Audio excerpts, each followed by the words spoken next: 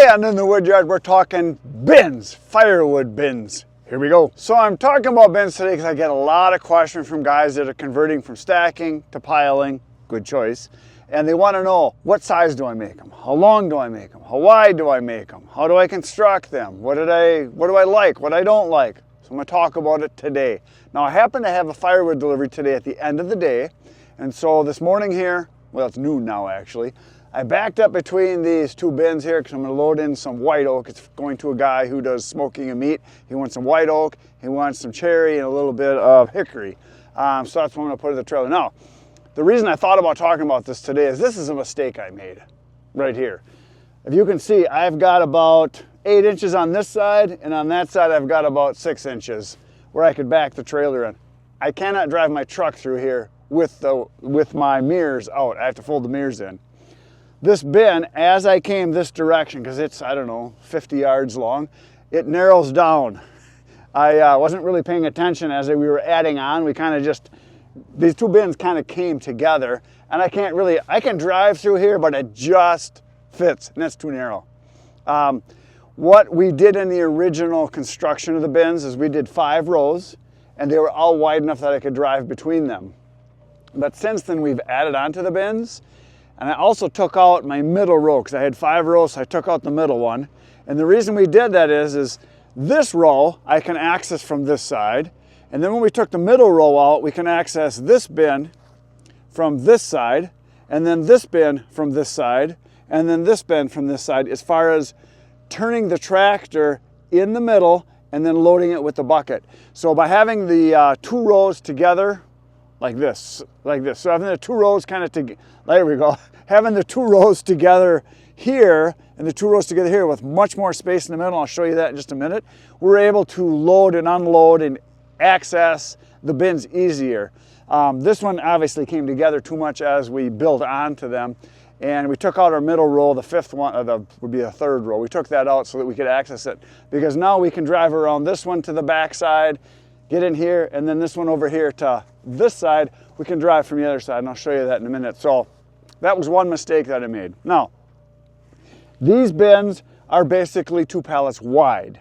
So 2 pallets, 4 foot to 4 foot length of each pallet, so you're 8 feet wide, and then pallets all along the edges, stood up at the 4 foot on the edge. So it's on the edge of the pallet. I'll show you that in a little bit and how they're wired together.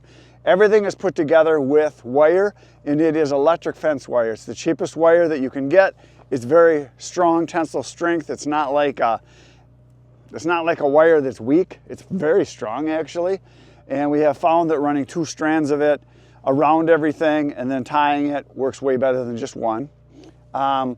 I did put a lot of the cross pieces, cross wirings across, but what happens is as you drop wood in, the sides will come in on you, and you got all that weight on the wire, and they can break, and your bins can collapse on you because they can break and then they bust apart on you.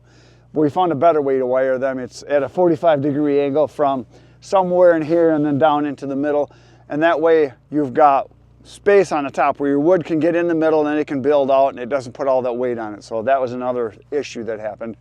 The reason 2 feet wide works, or 2 pallets wide works really good, so you're 8 feet wide, is the wood dries fantastic. I did one bin that was three pallets wide, still dried just fine, but this is adequate. We can get a lot of wood in these bins. I also have my monster bin way to the back, if you can see it back there where the elevator is. That one I think is like 8 pallets by 7 pallets, and that we can get, I want to say like 40 full cords into that one. And then there's another big bin that's on that side, and I'll show you that in a little bit too. That is 6 or 7 wide by like 10 or 11 long. And then we've got the maple bin that is like 10 by 10 or 12 by 12 pallets. So it's big. And the wood dried just fine, no mold, no issue. It's excellent. But one of the things you got to keep in mind is that when you build a bin, your drying conditions are not my drying conditions. We have no shade here. There's no trees. We have lots of wind here, lots of sun here when the sun is out.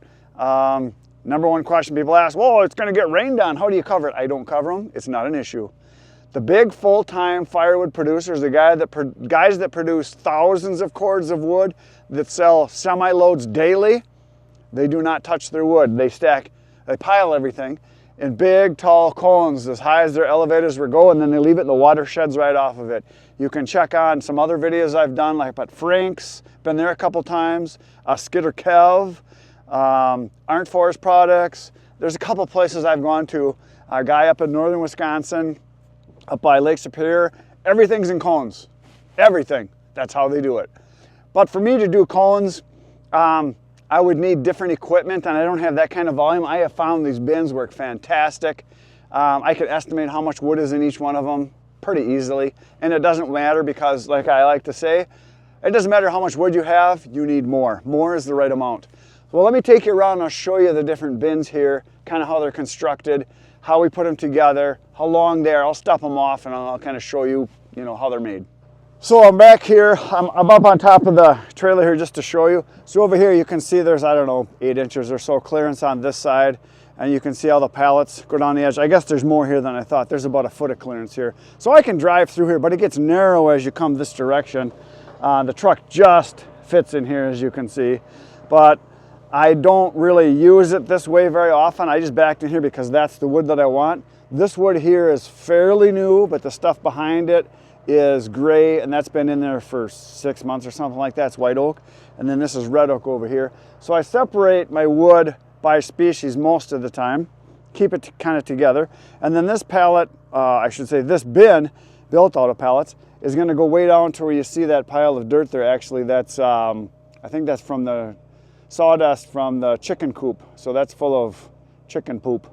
That's about how far down this is gonna go. Eventually, we're gonna build this all the way out, and this will all be white oak, all the way from about the middle there down to here. So let's walk down here, and I'll show you these pallets, kind of how it is. So the white oak starts right here. I got a divider in here. We just stuck in a couple pallets and wired them in. And then this is all going to be white oak going that way. And this is all red oak to here. And then this is all mixed hardwood in this whole bin. You can tell I sold this all off this winter. This will be cleared out. This will all be campfire wood I'll sell this summer. And then we'll continue with more oak, and this one is this. That's the plan anyway. And then this here is all ash all the way till you get to right here. And then this here is all ash, this stuff. And then the stuff on the end here is locust. So you can see the difference in the color. And I can tell just by looking at a piece. So if 1 or 2 pieces gets mixed, it's not a big deal. But a lot of times I will put a pallet in. So I did have to do some extra wiring on this. Now, this is how I did them originally. I had wires like this, just side to side, and it works. But as you drop wood in, the sides get pulled in, and it doesn't work as good as what I've been doing lately. So yeah, this bin is, let's see, let's count 1, 2, 3, 4, 5, 6, 7, 8, 9, 10, 11, 12, 13, 14, 15, 16, 17, 18, 19, 20, 21, 22, 23, 24, 25, 26, 27. It's 28 pallets long. So 28 by whatever that is. That's how long that bin is. It's a pretty long one. And it's going to get lots longer. This one is about the same length all the way down there. This is the big one here. So this is 1, 2, 3, 4. I guess it's 5 pallets this way. And then going that direction is 1, 2, 3, 4, 5, 6, 7. So it's 5 by 7. And in here we can get a lot of wood. Obviously it's not even full yet. That's all ash in there. That's all free wood. This in here is mixed wood. This, we did have a tragedy here. We put too much weight on it and the bin broke and it dropped down. But a little bit of wood's on the ground here. We just picked it up. And it's no big deal if it is laying like this. The wood is still off the ground. It's still going to dry. It doesn't look good, but that's just what happened. And then I put oak over on this end. And then here, the bin, I've been taking it apart and I got to clean all this up. This is the one that's like 12 by 12. That was all hard maple. And in there was 5 truckloads of wood in there. And we're down to about 1 truckload. By that, I mean semi-loads. So there's about, somewhere in the neighborhood of, if I was just to guess, 10 to 12 full cords left in there. And originally there was 60. So that's how much we sold out of that. And then we're going to go back over to this bin. I'm going to show you over here where we took a center aisle out. Right here, you can see where the dirt is. This is where there used to be a bin. And it was hard because when we would drive the tractor in, you couldn't really turn enough to dump stuff in because they were too close together. So if you want to space them perfectly, I would say you should go something like about to here if you went even spaces for all of them, so that you could easily get your tractor, skid steer, whatever, you could get in there and turn to dump a bucket in to the actual bin. But by doing it this way works really nice because we can dump in here, we can make this circle real easily in here, dump in here, dump in there, and then the firewood we can access from the far side. And then this one over here, you can see it's fairly close to this one. So that's a nice space here. This is, let me just step this off. What do we got here? This is about 1, 2, 3, 4, about 15 feet. It's about 15 feet across, which is nice because you can drive between it, no problem. It works good for plowing, for snow, you can get it out of here. So about 15 feet across works pretty good on this one. And like I said, you can access it from either side. So that is a good plan. If you've got space, more is better. But stuff dries here so awesome. I'm very lucky that it's always windy, like Bert says, the fan is always on. And so then this bin here, I'm gonna stand this back up. This I just kind of pushed in because it had fell over. And this is all ash in here. This will be more ash in here probably. That bin is all oak. That bin is all oak. This bin is all cherry. And in this one here, I think, what do we got here? I took the end piece off because I had to clean it out. I just got to put that back on. We've got 1, 2, 3, 4, 5, 6, 7. It's like 7 by 7. So there's a bunch of wood in there. That is all red oak. And like I said, this one here is cherry in here. And we've got old cherry and new cherry, which is kind of nice to have them separate. So this one is 5 wide by 1, 2, 3, 4. So in here, all new cherry, the next one over is old cherry, which means that stuff I'll sell first, then I'll sell this. So that's kind of how that works. So let me take you over here to one of the newer bins.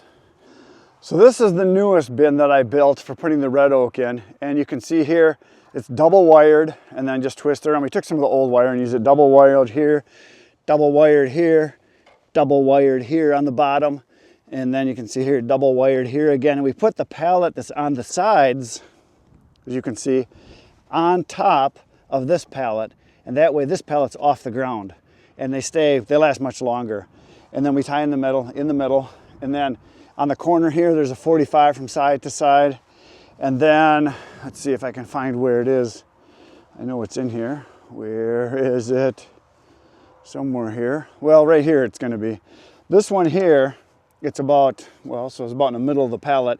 This actually goes at a 45 right here, as you can see the wire in there. You can hear it. That goes at a 45 down into the middle instead of having a wire go all the way across.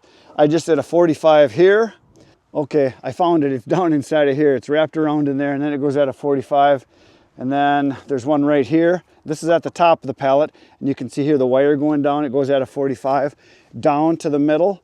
So it's basically tied into the pallet it's sitting on, but there's not wires going side to side anymore. I quit doing that because as we put weight onto it, the wires can break and collapse, and it pulls the sides in too much. I find by wiring them at a 45, just from here or from the top, like right here's one that goes down to the top too, goes through there.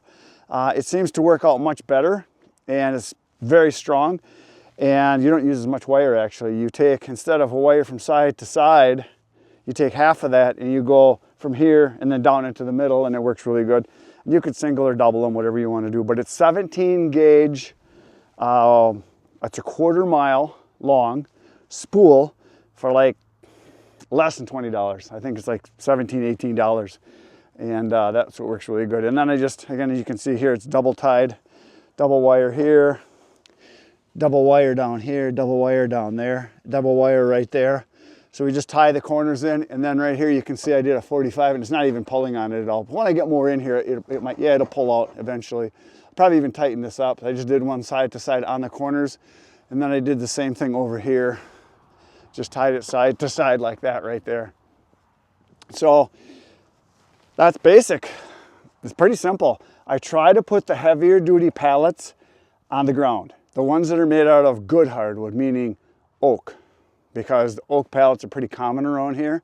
And the way to find oak pallets is to find places that use heavy equipment, that do cement or some type of steel work or a foundry. You can get pallets. Usually I get them for free all the time.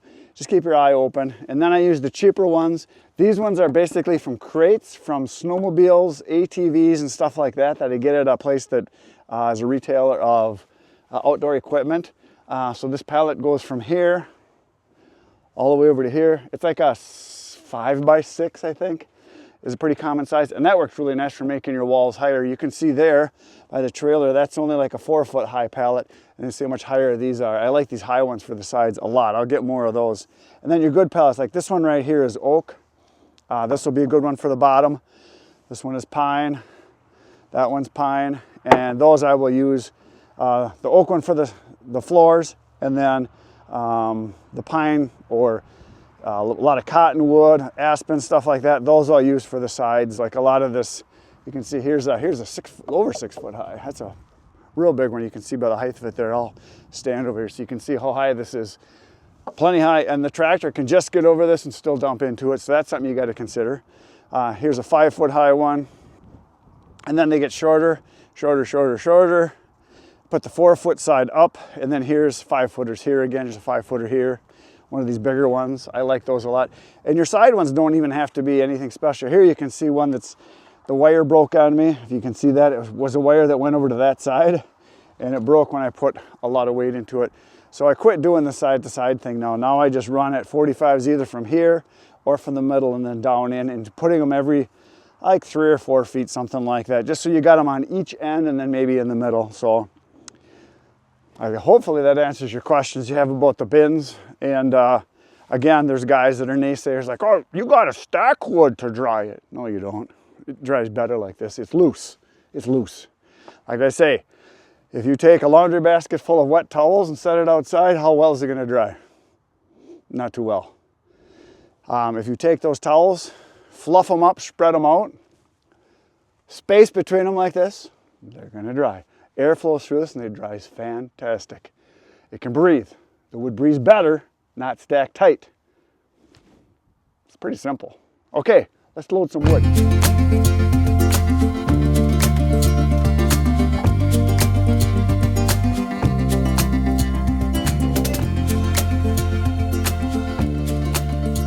So I just finished loading the wood. I put the oak in first. You saw that. I put probably over half of oak. And then I put cherry over on this side, and I put the hickory over there because he wanted to mix. He really wanted hickory, but I told him, I was honest with him. I said, I've got hickory, but it's not 100% dry and ready to burn right now. I said, however, a lot of the guys that I sell wood to for smoking a meat don't care if it's totally dry. They kind of like it partially dry because they say it smokes more and it lasts longer, which it does. Wet wood will smoke more and it will last longer because it burns slow because it's not burning efficiently, and he was okay with that. So I told him, I said, maybe what you want to try is some white oak, which he's never used before. Maybe some cherry, because the cherry is 2 years old. The oak I got is dry. I tested that, that's 17, 18%. But then this hickory that you see right over to this side, this is a pile that we just did this a couple months ago. It's been sitting here now for about 2 months. And so I grabbed a couple pieces. I grabbed some thicker ones, and I just split it just now with the axe. And it is